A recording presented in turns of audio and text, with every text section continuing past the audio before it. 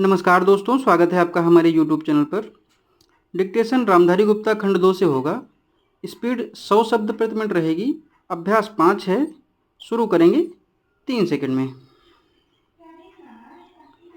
महोदय, बच्चों को जो ज्ञान प्राप्त हो वह अनुभव से प्राप्त हो, न कि केवल स्मरण शक्ति पर आश्रित रहकर रटाई द्वारा। उन्होंने सोचा था और उच्चतम शिक्षा शास्त्रियों का भी यही विचार है कि इस प्रकार से प्राप्त ज्ञान बच्चों में जागरूकता, कार्यकुशलता, स्वतंत्र भावना पैदा करता है, जो इस जीवन के संग्राम में बहुत सहायक हो सकता है।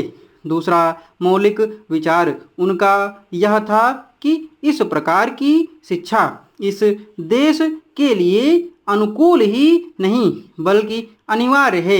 बच्चों से जो कुछ भी काम कराया जाए वह उत्पादक काम हो और उससे जो कुछ भी पैदा हो उससे शिक्षा का वे यदि पूरा नहीं तो अधिकांश निकल सके, क्योंकि यदि शिक्षा का वे दूसरे प्रकार से निकालने का प्रयत्न किया जाएगा तो वह बोझ इतना बड़ा होगा कि शिक्षा सार्वजनिक नहीं बन सकेगी।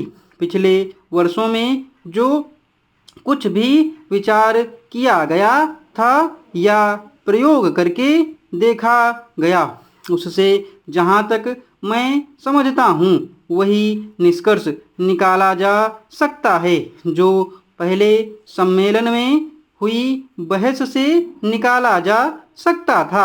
हमारे शिक्षा शास्त्रियों ने इस पद्धति की अनुकूलता और श्रेष्ठता तो मान ली थी, पर उनकी दृष्टि में इसके द्वारा शिक्षा का व्यय निकालना असंभव ही नहीं, अनुचित भी था।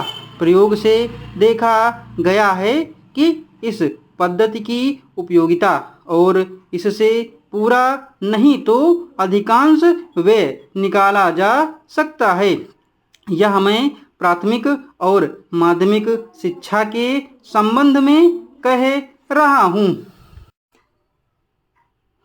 उच्च कोटि की शिक्षा के संबंध में अभी प्रयोग नहीं के बराबर हुआ है, इसलिए उसके संबंध में अभी कुछ भी कहना संभव नहीं है।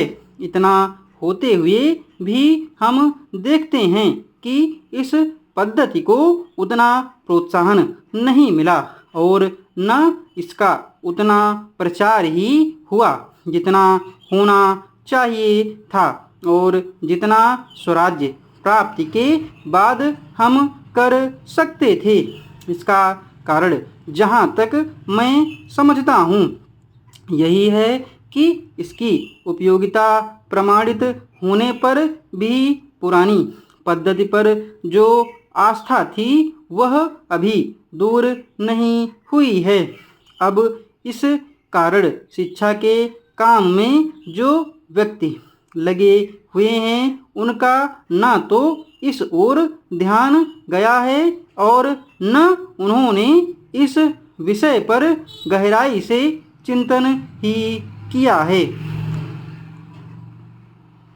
आज भी हम इतना ही कह सकते हैं कि इस पद्धति का अभी केवल प्रयोग ही किया जा रहा है। इससे राष्ट्रीय कार्यक्रम मानकर हमारी सरकार ने उसको चालू करने का निश्चय नहीं किया और क्रियात्मक रूप से कुछ करने की बात तो नहीं के बराबर ही है।